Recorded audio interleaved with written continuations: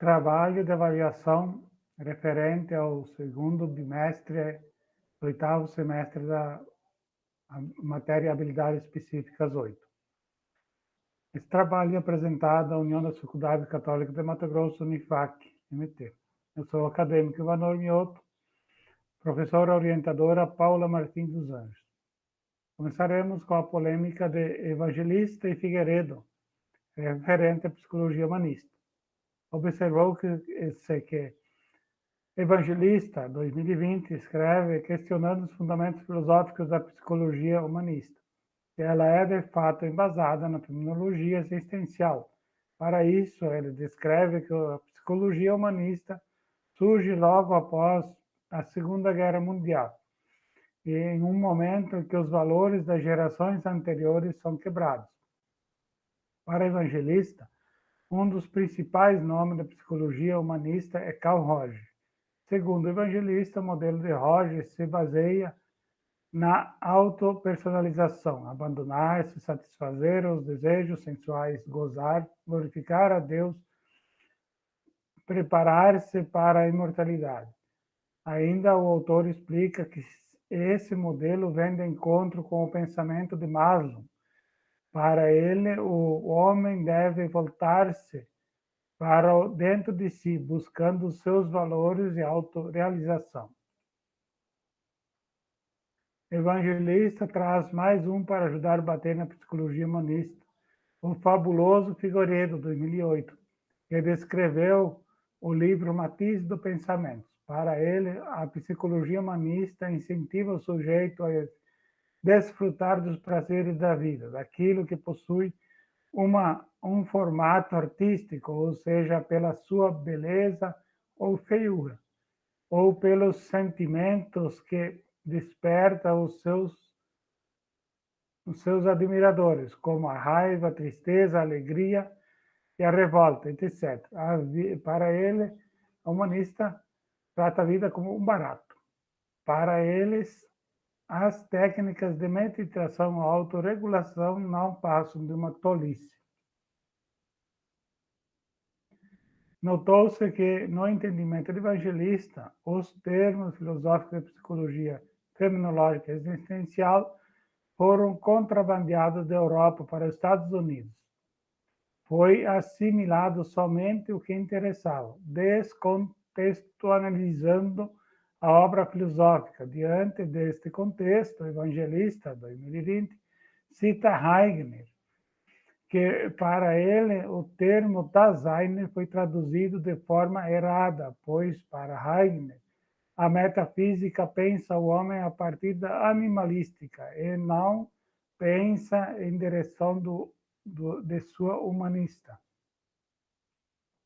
Com outros autores que descrevem sobre as mesmas bases, sobre as bases do humanismo, Geldring e Giovannetti explicam que o modelo de Carl Rogers, que trabalha com a ideia de que o homem é o senhor da sua própria história, o conceito-chave que norteia tal inspiração filosófica é a autorrealização, que entende o homem como um ser de sua potencialidade, busca desenvolver níveis superiores, isto é, mais importante na vida é buscar o crescimento por meio da vivência e da liberdade.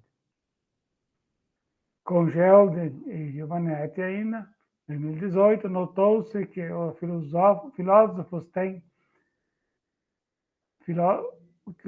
filósofos tentam definir os termos para os fenômenos psíquicos.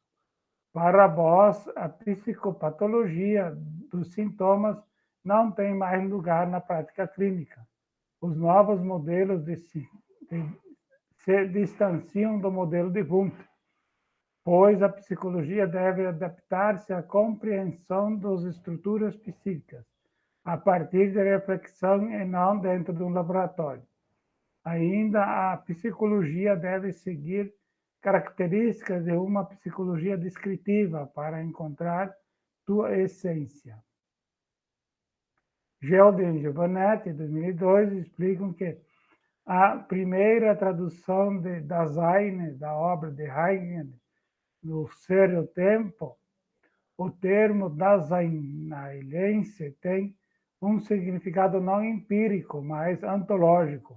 Isso é clarear as estruturas a priori do ser homem. Para Geldo e Giovanetti, todas as abordagens psicoterapêuticas devem ter sua base filosófica, que sustentam seu sistema. Ele explica que as psicoterapias existencialistas estão baseadas em dois pilares filosóficos de concepção de homem. Se for existencialismo de Heidegger, teremos uma direção bem definida na prática terapêutica. Se for o existencialismo de Sartre, teremos uma direção um pouco diferente.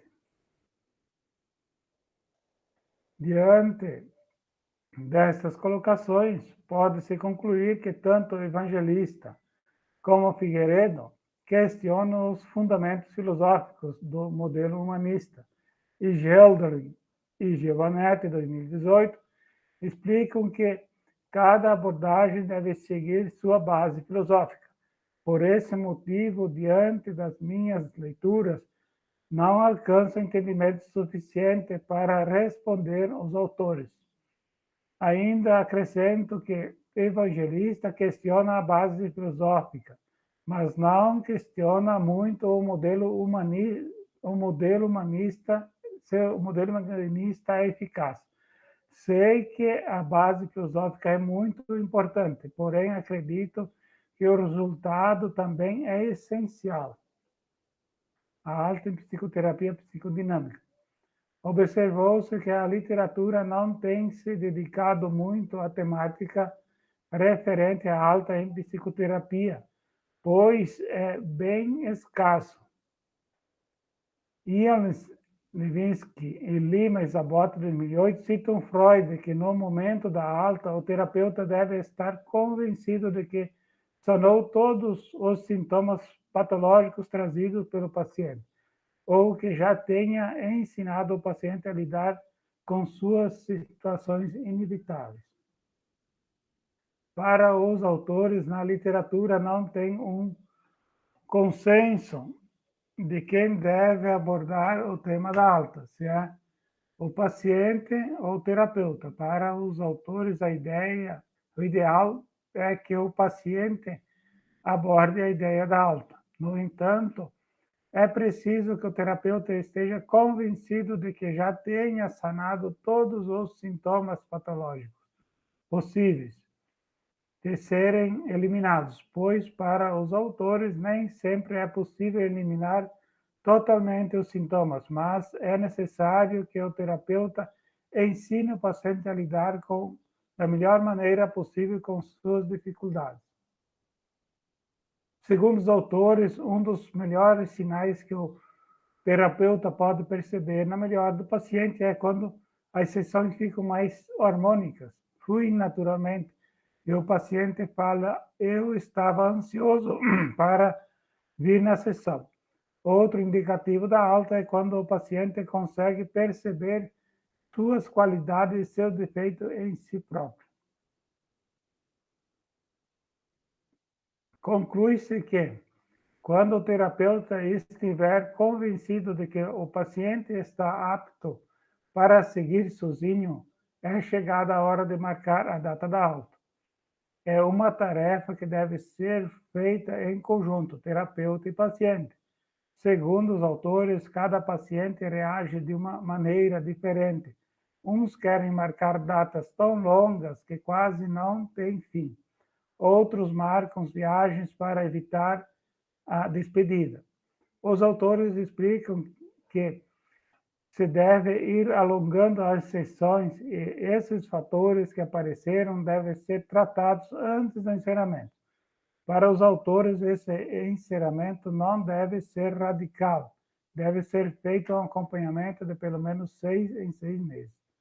Outro ponto observado no término terapia é o luto, que acontece em ambos, o paciente como o terapeuta, pois o vínculo criado deve ser rompido. ainda observou ainda sobre a alta em psicoterapia. Costa et al. Descrevem o artigo de revisão sistemática que refere-se ao follow-up, que, traduzido, foi realizado um tempo depois do paciente já ter finalizado o tratamento, tendo ficado sem atendimento por um período após a alta terapêutica. Neste artigo, observou-se ainda que a terapia de curto prazo, TCC, se destacou com melhores resultados. Porém, em comparação com terapias de longo prazo, se equiparou com as outras. Outro ponto observado neste artigo é que a duração dos resultados da terapia está intimamente ligado com a aliança terapêutica. Pacientes que foram tratados com psicoterapia psicodinâmica não apenas manteram os ganhos terapêuticos, mas continuaram melhorando após a alta. Com outro autor que descreve sobre o mesmo assunto, a alta em psicoterapia, Zimmermann, 2008, descreve dentro da mesma linha dos outros autores de que as publicações são escassas nessa área. Outro ponto que eles são unânimes é que existem dois tipos de pacientes: aqueles que querem terminar rapidamente a terapia e aqueles que querem alongar ao máximo.